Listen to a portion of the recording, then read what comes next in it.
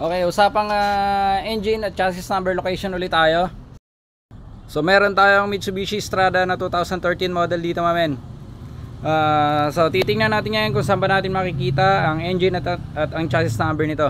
So unahin na natin yung chassis. So sa chassis wala kang problema kasi napakadali lang nito. Dito lang sa left side, pupunta ka lang sa likod na gulong.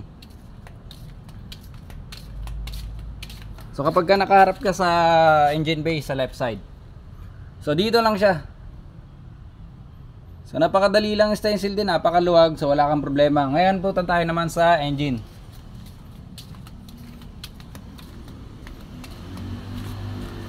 Ngayon mamen, kung hindi ka masyadong familiar sa ganitong unit, 2013 model na Strada. So kung dito ka lang maghahanap sa taas, ako baka masira ulo mo kung saan mo makikita.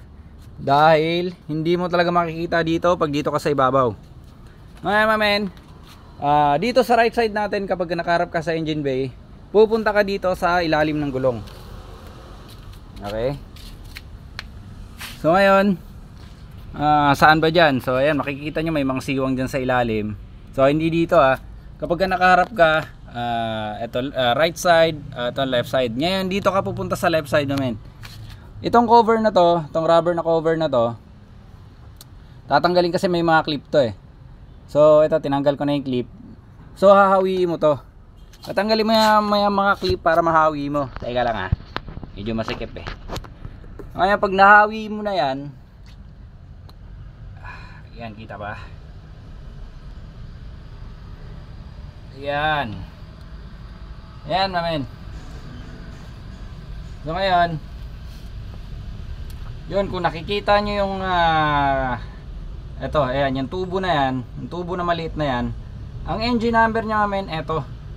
Tingnan nyo na lang yung daliri ko kasi malalim, hindi ko mapapasok yung kamay ko, hindi aabot. Yan, eto mismo. Teka, naglo-blurred. Yan mismo. Yang tabi na yan, yung tabi na yan ng tubo na yan na maliit. Yan yung engine number nya.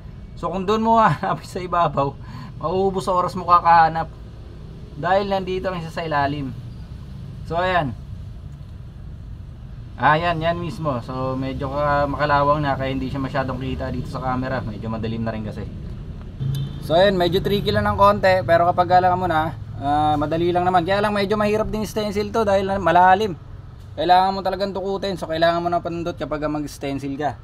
So ayan, at least alam na natin kung saan natin makikita. Bye bye.